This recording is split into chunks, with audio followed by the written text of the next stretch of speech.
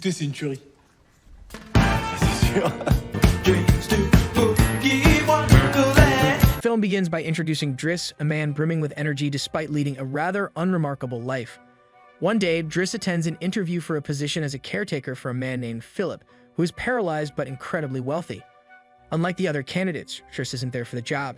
He's just trying to secure a signature confirming his attendance, which he needs to continue receiving government aid. During the interview, Driss gets into a heated debate with Philip over music and even flirts with Philip's assistant, Magali.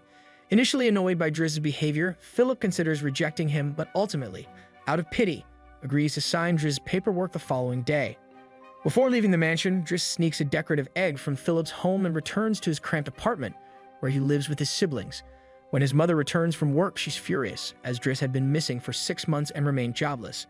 Disappointed and frustrated, she kicks him out of the house. The next day, Driss goes back to Philip's mansion to collect the signed paperwork, but is surprised to hear from Yvonne, the head nurse, that many previous caretakers quit after just 2 weeks, unable to cope with the long hours despite the luxurious accommodations and meals. To Driss's shock, Philip decides to hire him for a 1-month trial period. Having no other options and being kicked out by his mother, Driss accepts. On his first day, Driss struggles with the job. He falls asleep while massaging Philip, mistakenly uses shampoo to clean his feet, and accidentally spills hot water on Philip's numb legs. Later, when tasked with a more personal job cleaning Philip, Driss refuses in disgust, promising never to do it. Another nurse steps in to handle the task, but Driss's responsibilities continue. The next day, Driss takes Philip to an art gallery, refusing to use an ambulance-like car and instead opting for a more luxurious ride. At the gallery, Philip spends an hour gazing at an abstract painting, which Driss can't understand. When Philip decides to purchase the artwork for a staggering 41,000 euros, Driss is shocked, though aware of Philip's wealth. Later, a colleague of Philip warns him to be cautious around Driss, revealing that Driss had recently been released from prison for theft. Despite this, Philip defends Driss, expressing satisfaction with his work and appreciating his unique sense of humor and ability to lighten the mood. The next day, Driss stumbles upon a secret Philip has been hiding. He has been exchanging letters with a woman named Eleanor. This discovery piques Driss's curiosity about the nature of their relationship. Sometime later, Driss noticed that Philip was struggling to breathe and had a fever due to the side effects of his medication. Sensing that Philip needed fresh air, Driss, despite being half asleep, quickly took him out in a wheelchair. They wandered around Paris, enjoying the beautiful pre-dawn scenery. During their walk, Driss gave Philip some marijuana to ease his pain. Curious, Driss asked Philip about his relationship with Eleanor, wondering how someone paralyzed could maintain intimacy with a woman. Philip explained that he experienced romantic connections through his ears by listening to her voice. Philip also shared memories of his late wife, Alice, who was kind and made him very happy during their 25 years of marriage. Sadly, Alice died after losing a lot of blood during a miscarriage.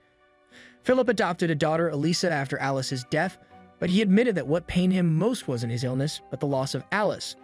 Although he was undergoing costly treatments, doctors estimated that he would only live until 70. After their heartfelt conversation, Philip asked Driss to become his permanent caregiver, having successfully completed his trial period. However, Philip also requested that Driss return a decorative egg that had belonged to Alice, as Philip had noticed Driss stealing things from the house. Driss, having forgotten where he'd put the egg, pretended he had no idea what Philip was talking about. The following day, Driss picked up his siblings from school but made a stop at the police station because one of his brothers had been caught in a marijuana case. Luckily, his younger brother, Adama, was released because he was still a minor. Back at Philip's house, Driss saw Magali helping Philip write a poem for Eleanor. Driss teased him about the poem, finding it nonsensical. He was even more surprised to learn that Philip had never actually met Eleanor, despite them being in a relationship for 6 months. Frustrated by this ambiguity, Driss encouraged Philip to finally call Eleanor, and after some persuasion, Philip agreed to talk to her on the phone. He even sent her a picture of himself. Later, while attending an opera together, Driss reassured Philip not to feel insecure about his physical condition, joking that women nowadays care more about wealth than physical appearance. This created a bond between the two, their relationship growing closer and warmer with each passing day. However, tensions arose when Driss became angry at Philip's daughter, Elisa, for her rude behavior toward him. But Driss soon realized that her disrespect wasn't just aimed at him, it extended to all the staff in the household. Driss, frustrated by Elisa's rude behavior, asked Philip for permission to teach her a lesson so she might change, but Philip refused, feeling protective of his daughter. Annoyed by Philip's indulgence, Driss retreated to his room, angry, where he began painting an abstract piece, something he had previously found baffling. Meanwhile, thanks to Driss' encouragement, Philip finally mustered the courage to confront Elisa about her attitude, asking her to be more respectful toward others. As time passed, Driss returned to his duties as Philip's caregiver, but now with a more laid-back and enjoyable approach. Caring for Philip had become a source of entertainment for Driss, and their bond continued to grow stronger. Philip's birthday was approaching, and he confided in Driss that he was tired of his family treating him like he was on the verge of death. This revealed how much Philip appreciated Driss for treating him like a normal person, rather than focusing on his condition. When the birthday party finally arrived, Philip had hired an orchestra for the celebration. Meanwhile, Driss noticed Elisa locked in her room, crying. Concerned, he asked her what was wrong, and Elisa revealed she had just been dumped by her boyfriend, Bastian. She asked Driss to talk to Bastian on her behalf. Initially, Driss declined, not wanting to interfere in their relationship. However, after Elisa offered him a considerable amount of money, he agreed to help. During the party, Philip showcased Driss' abstract painting to a friend, and it sold for an impressive 11,000 euros. Driss then encouraged everyone at the party to dance, hoping to lift Philip's spirits as he seemed bored. His plan worked, and Philip ended up laughing and enjoying himself thoroughly. After the festivities ended, Driss accompanied Philip to his room, where he handed him a letter from Eleanor. In the letter, Eleanor promised to visit Philip in Paris the following week and included beautiful photos of herself. Philip was overjoyed and couldn't sleep, filled with excitement for the upcoming meeting. The long-awaited day arrived for Philip to finally meet Eleanor. Nervous about the encounter, he prepared himself with Yvonne by his side. Meanwhile, Driss successfully convinced Bastian to apologize to Elisa for their breakup. Afterward, Driss went to visit his mother at her workplace, but feeling guilty, he only observed her from afar before leaving.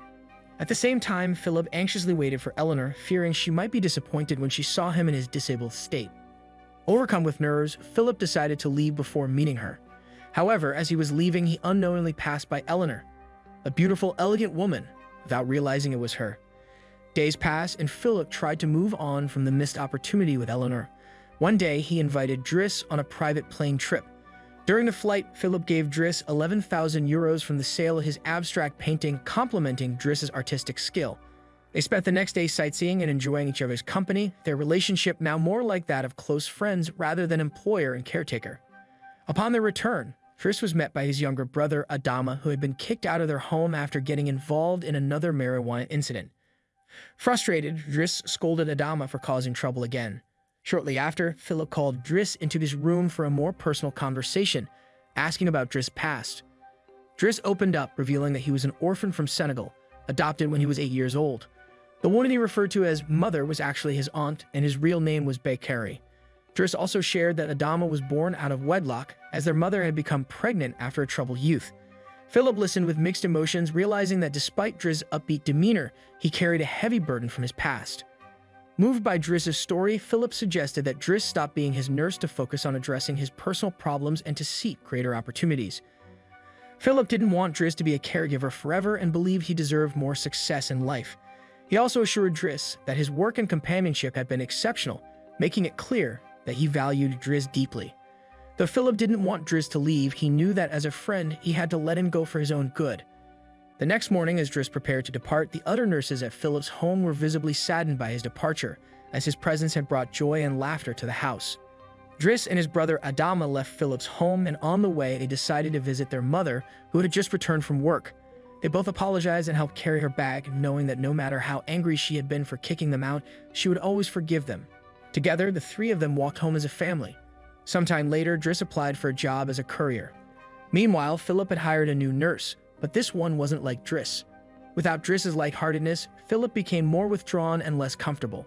One night, Philip had trouble breathing, but he refused the nurse's help. Concerned, Yvonne contacted Driss, asking him to return and care for Philip like before. The next day, Driss visited Philip, and their reunion brought both happiness and sadness. Driss couldn't help but tease Philip about his now thick beard and mustache, and they shared a nostalgic moment together. Soon after, Driss took Philip out for a drive, speeding along the way until they were pulled over by the police. Driss cleverly convinced the officers that Philip needed urgent medical attention, and instead of arresting them, the police escorted them to the hospital. Once the officers left, Driss drove Philip to a secluded beach, giving him a chance to breathe in the fresh air and enjoy the beauty of nature, something Philip hadn't experienced in a long time. The following day, Driss took Philip out for lunch at a restaurant. As soon as they sat down, Driss announced he had to leave for something important, but before departing, he returned the decorative egg he had once taken from Philip's home. He also mentioned that a special person would be coming to meet Philip, leaving Philip confused and nervous. After Driss left, a beautiful woman approached Philip and sat down in front of him. It was Eleanor. Driss had secretly orchestrated the meeting, knowing that Philip still had feelings for her. From a distance, Driss watched their reunion, smiling to himself. He considered this final act, their meeting, his last gift to Philip as a true friend. If you enjoyed this recap, make sure to subscribe and turn on the bell icon for more.